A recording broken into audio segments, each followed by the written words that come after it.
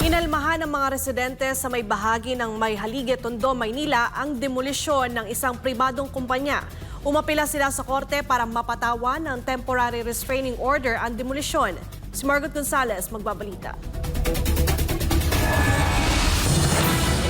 Pinaligiran ng mga residente sa Mayhalige, Tondo, Maynila ang gate na ito kasunod ang demolisyong gagawin ng isang pribadong kumpanya. Isa sa mga nasa gate at nakabantay ay si Nanay Angeline na residente doon at may posisyon sa Mayhalige Neighborhood Association. Ayon sa kanya, 1930 pa nakatirik ang kanilang bahay doon at hindi raw sila basta-basta mapapaalis. Kanina ay nagkaroon ng tensyon at sinabugan pa ng tubig ang mga residente. Ito, binigyan kami ng ganitong klase ng pangaharas na hindi naman tama.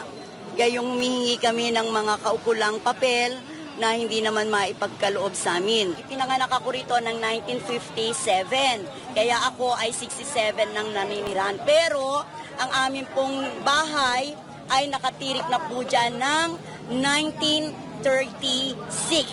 Ganun po katagal ang aming pagtigil at kung kaya ipinaglalaban din namin ang aming karapatan. Kasi alam namin, kahit na meron kaming titulo sa bahay na kami ay umuupa sa dating may-ari ng lupa, alam namin mayroong kaukulang batas na sana sa amin na muna ibinenta. Kasi na yung kami ay ipinulong, nakipag-usap sa amin para ibenta sa amin. Kaya lang, pagkalipas ng halos pandemic yata, doon namin nabalitaan na bigla meron palang nakabili. Pumagitna na rin ang Manila LGU at ang mga barangay official. Ayon sa konsehal na si Uno Lim, meron ngang court order ang pribadong kumpanyang Ethan Development Corporation para sa demolition. Pero marami daw butas ang pagsisilbi nito gaya ng hindi agad na abisuhan ang mga residente. Alas 8 daw ng umaga kanina nung dumating ang sheriff at ang mga otoridad para gibain ang kanilang mga bahay na ikinabigla nga raw ng mga residente at mga taga-barangay. Nakakuha ko kami nung copy na hindi namin nasahan from PNP na magkakaroon ng demolition ng May 26 ngayon, na wala ho kaming notice na ibinigay sa mga samahang magkakapitbahay. Hindi ho sila nabigyan ng tamang proseso na May 26 magkakaroon ng gibaan. So kami nagulat na lamang na meron mga pulis ngayong umaga, pero bulong-bulungan na namin, alam na namin, buti nga may isang pulis last week na may nakapagbigay sa amin ng pasikreto na May 19, nagpunta si sheriff po dito, nag-serve lang ng notice na may request for barangay assistance para magsukat-sukat lang. Pero sila, nagulat sila, bakit magsusukat pero kompletong SWAT team at police assistance?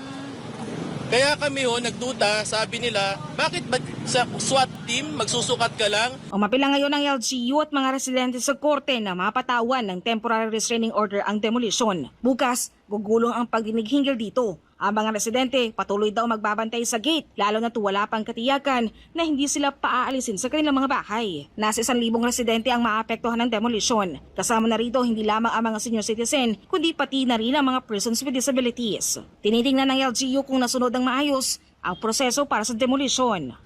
Si Sheriff, hiningan muna po namin ng notice.